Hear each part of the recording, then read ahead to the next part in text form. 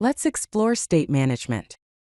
In this video, we will understand the need for state management, particularly in larger React applications. Let's define what we mean by state. State is data that can change over time and affects what the user sees in your React application. Some examples of state include user preferences, loading status, and form inputs. Whenever any of these data change, the view also changes. Let's see a simple example of state. Here's a code snippet. Import the useState hook from React.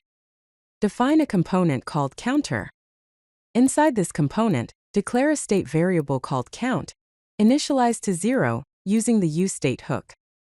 The useState hook returns the current state value, count, and a function to update it, setCount.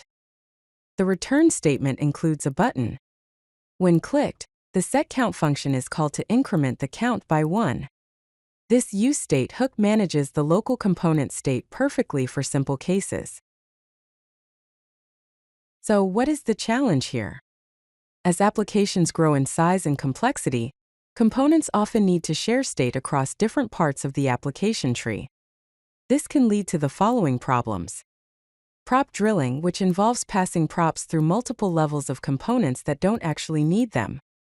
State synchronization, which can become difficult to manage when the same state is used in multiple places.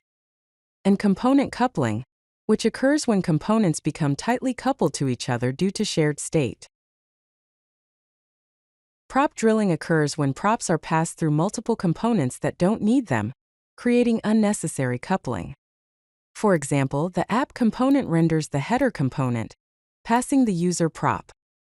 The header component renders the navigation component, also passing the user prop.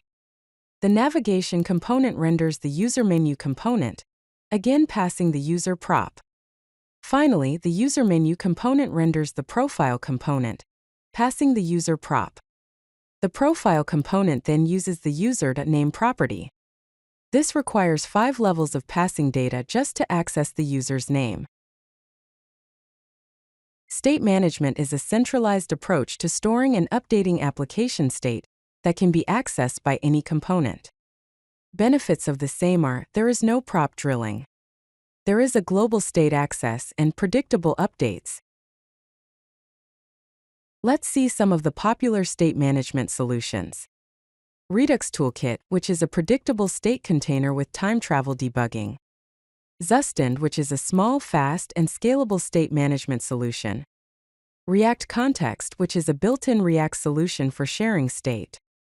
And MobX, which provides reactive state management through observables. When to consider using state management?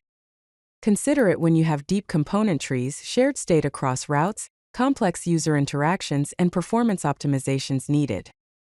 It's generally a good idea to start simple with useState and upgrade to a more robust solution when complexity demands it. If you like this video, hit that like button and don't forget to subscribe. Visit CodeLucky.com for more such useful content.